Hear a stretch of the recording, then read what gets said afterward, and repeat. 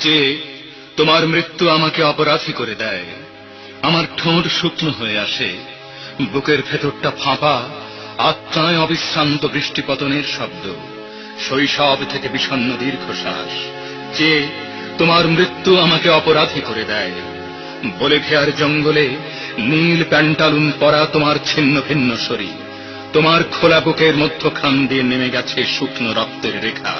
চোখ দুটি চেয়ে আছে, সেই দৃষ্টি এক গোলার্ধ থেকে ছুটে আসে অন্য গোলার্ধে। যে তোমার মৃত্যু আমাকে অপরাধী করে দেয়। শৈশব থেকে মধ্য যৌবন পর্যন্ত দীর্ঘ দৃষ্টিপাত।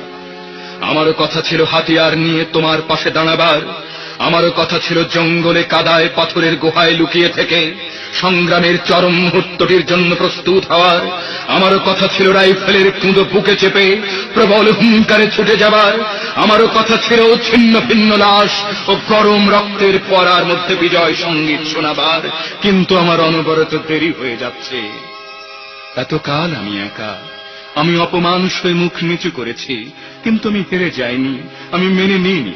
আমি ট্রেনের জানলার পাশে, নদীর নির্জন রাস্তায়, ফাঁকা মাঠের আল পথে, শ্মশানতলায়, আকাশের কাছে, বৃষ্টির কাছে, বৃক্ষের কাছে, হঠাৎ ওঠা ঘূর্ণিধুলোর ঝড়ের কাছে আমার শপথ শুনিয়েছি। আমি প্রস্তুত হচ্ছি, আমি সব কিছুর নিজস্ব প্রতিশোধ নেব, আমি আবার ফিরে আসব।